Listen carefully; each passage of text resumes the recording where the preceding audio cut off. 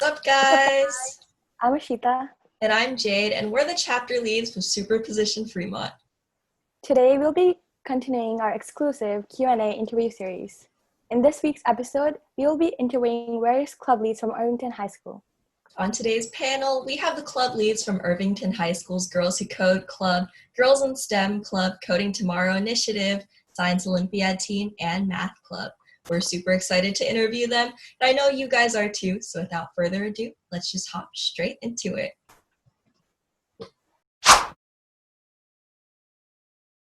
So first up on our interview list, the president of Girls Who Code from Irvington, Lauren. And this is really interesting, actually, because it's Girls Who Code on Girls Who Code. I guess we'll see which club is the best. So do you want to start with a quick introduction? All right. So hi everyone. My name is Lauren, and like Jade said, I'm the club president of Irvington's Girls Who Code Club. So as the name kind of already suggests, this club focuses on closing the gender gap in the tech industry. And so I didn't start this club because I don't know, I want to use my college apps or anything like that. I actually started this club because I met countless girls at my school who told me that they had some sort of interest in coding, but they felt discouraged to pursue it due to the fact that it's such a male-dominated field.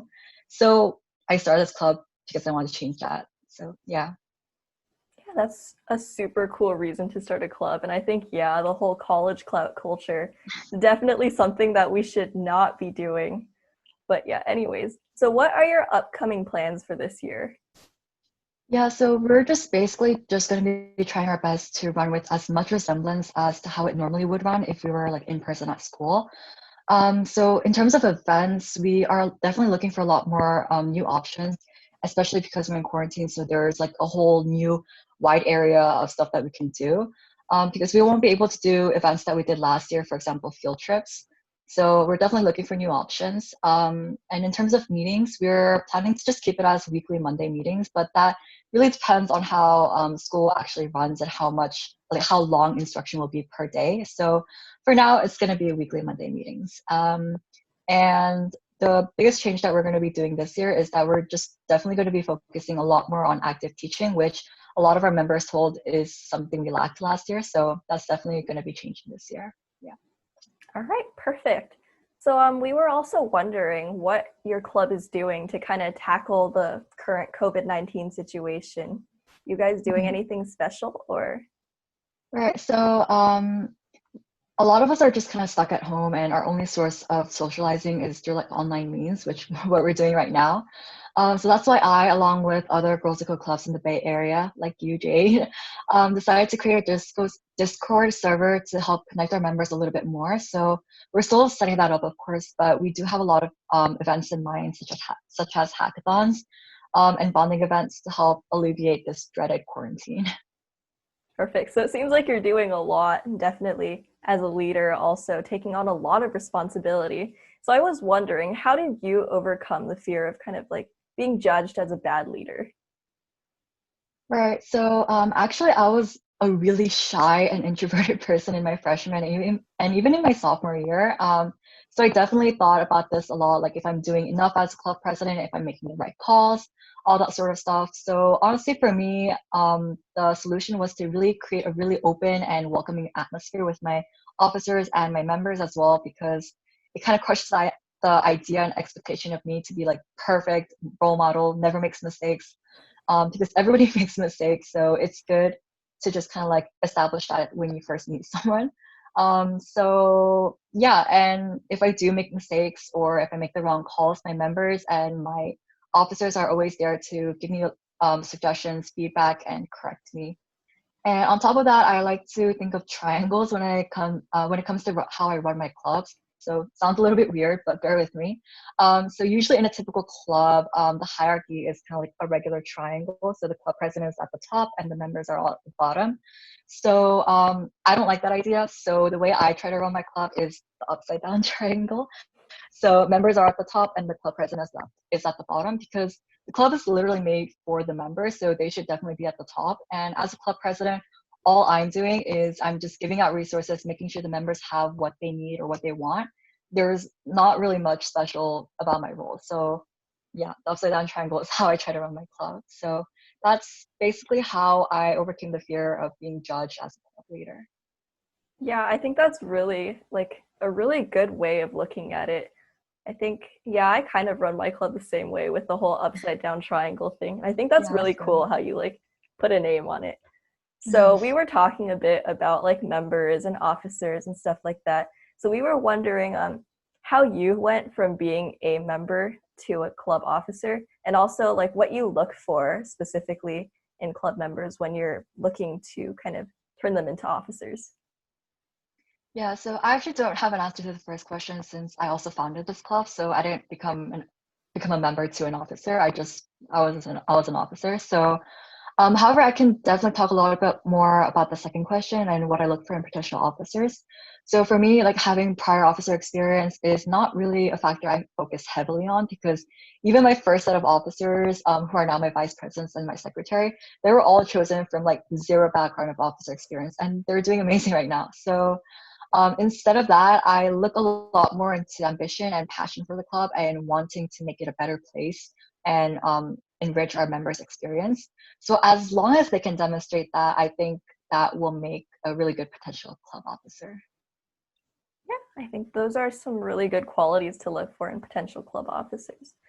So I think your club is definitely one that a lot of people in superposition would want to join, seeing as how, you know, the mission is pretty similar and stuff. So we were wondering if there are any opportunities for students outside of Irvington High School to get involved, whether it be middle school students or students from other high schools. I can't talk today. Yeah, so Irvington Girls Eco is actually a 6th to 12th grade club, so middle schoolers can definitely apply to be part of our club. So actually before COVID, like a big deal, we actually did have a good handful of middle schoolers who were in our club. But the main issue is that we have our meetings at school during lunch, so it's kind of hard for them to come physically to our meeting.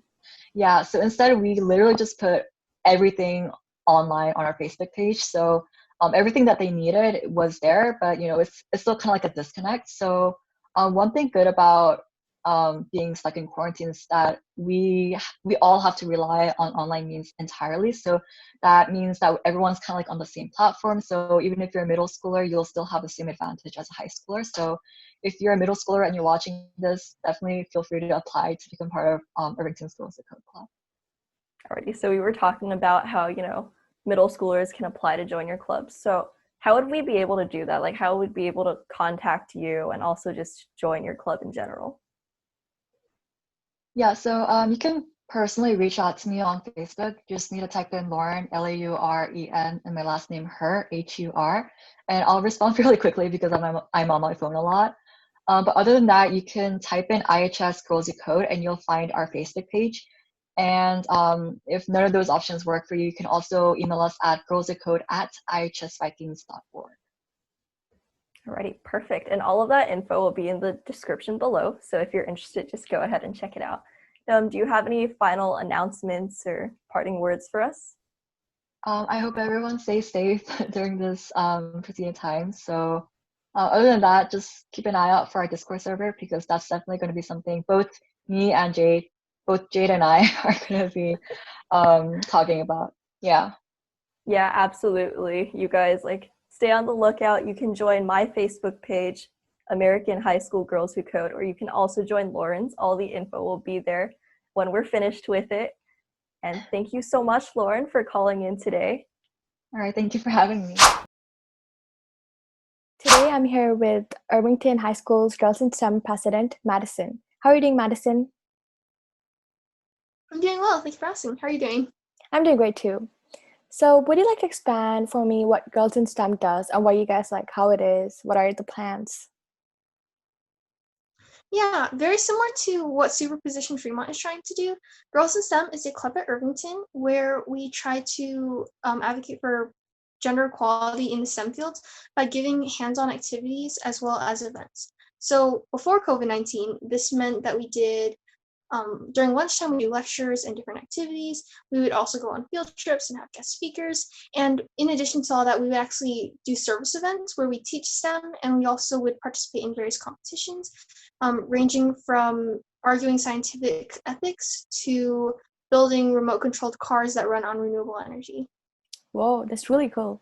So, is your club doing anything actively to help with the current COVID-19 situation?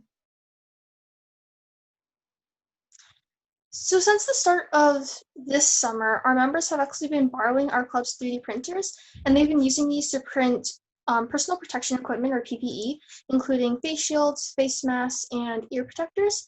And then when you add on the number of hand-sewn face masks that some of our other members have been making, we've made about 800 to 900 pieces of PPE to donate to the Navajo Nation, hospitals, dentist office, and other members of our community. So, and then one other note that I want to say about this actually is that 3D printing is not really a skill that a lot of our members know, and it's probably not a skill that a lot of teenagers know how to do. But our members have actually been working extremely hard to learn these things. So even though Girls in STEM is providing that basis of resources and learning, our members really stepped up, and that's really kind of the basis of what we're trying to, impart to our members. That is a very big achievement. So this is more of a personal question. How did you overcome the fear of being judged as a club leader?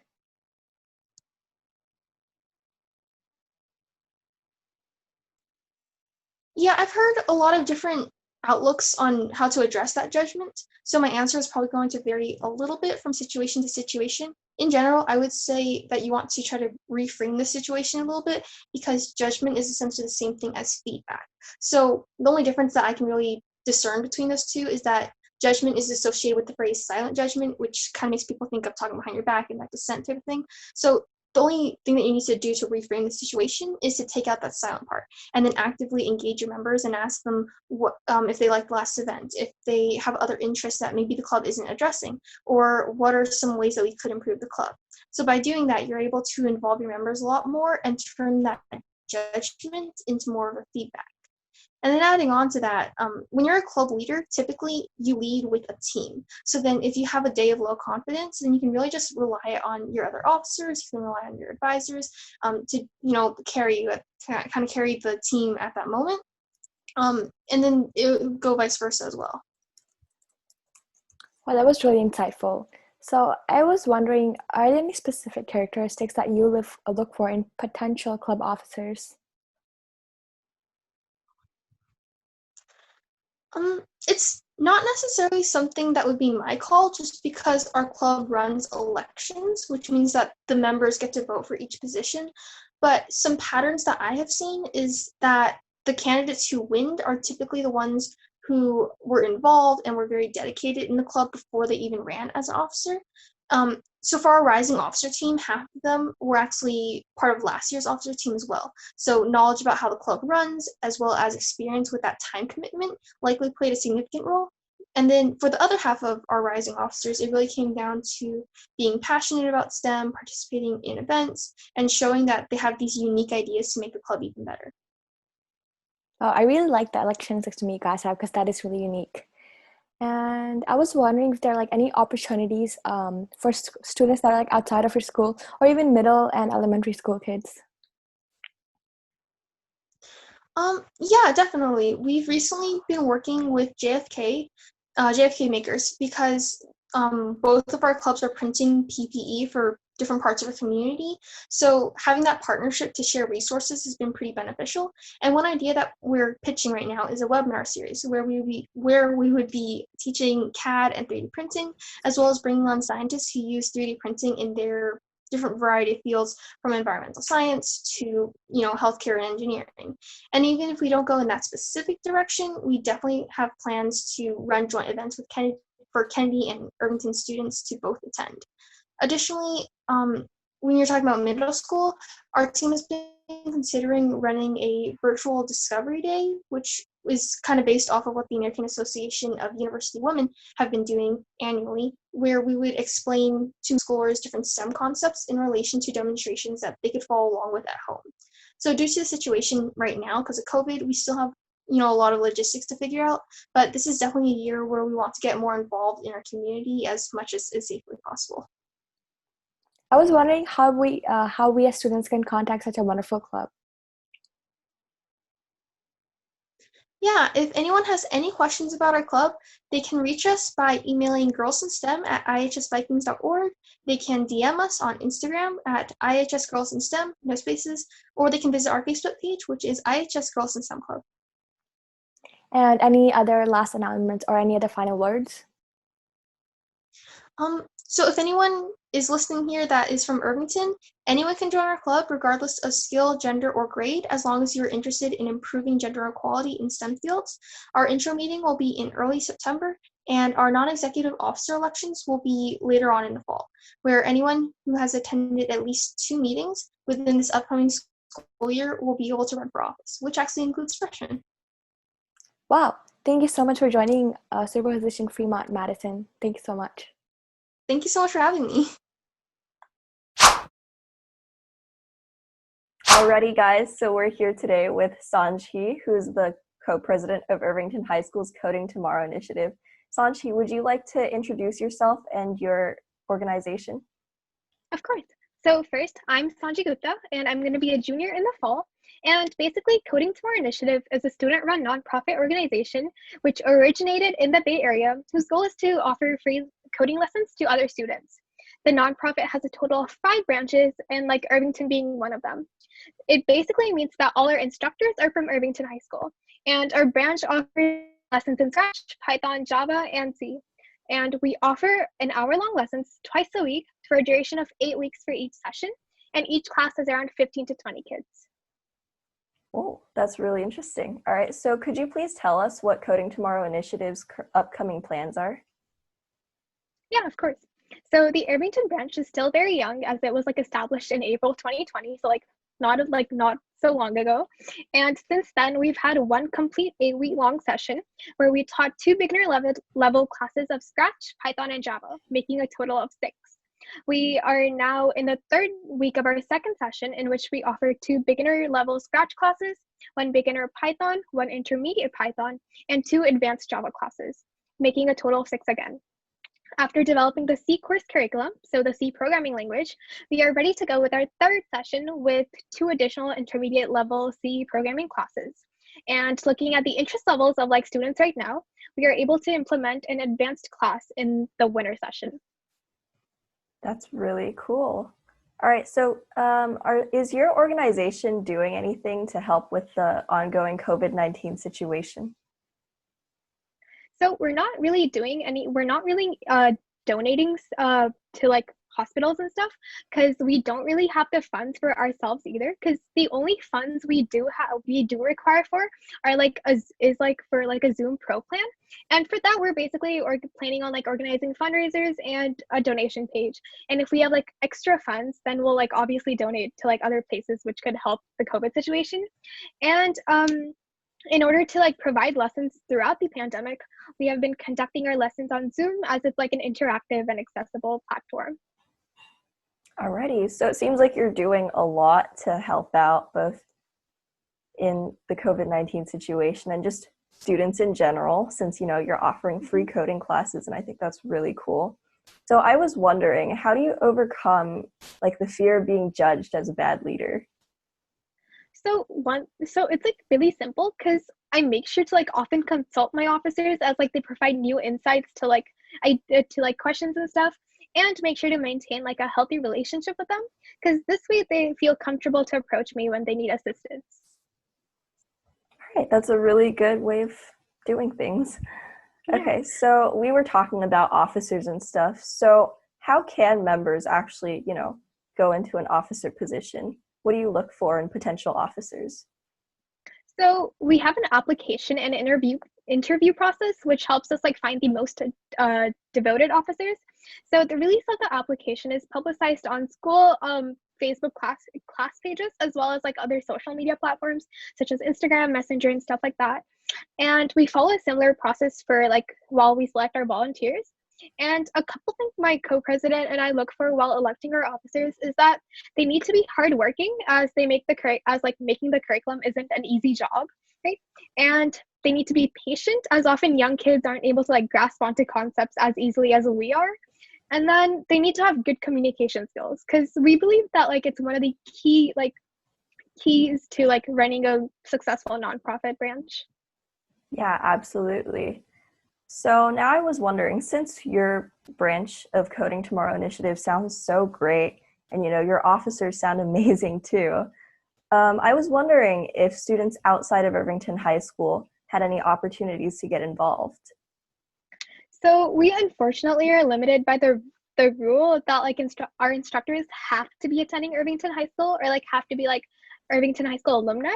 However, if somebody outside of like Irvington would like to be an instructor for Coding Tomorrow initiative, they can always ask like the nearest high school branch's president, or like because like each branch doesn't have this rule.